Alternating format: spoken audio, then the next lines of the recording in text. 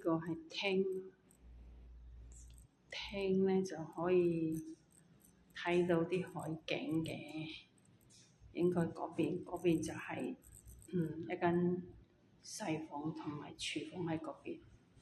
咁呢一度咧就係、向南嘅。咁跟住就係呢邊咧就係、向呢、個嗰、個中庭嘅，即係下低有公園啦。下低全部下低係公園嚟嘅，即係中央嘅公園啦。對面嗰個物業嘅泳池。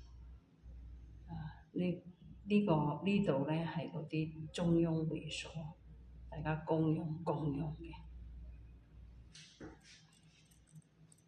中央會所喺嗰邊，所以空間都幾好。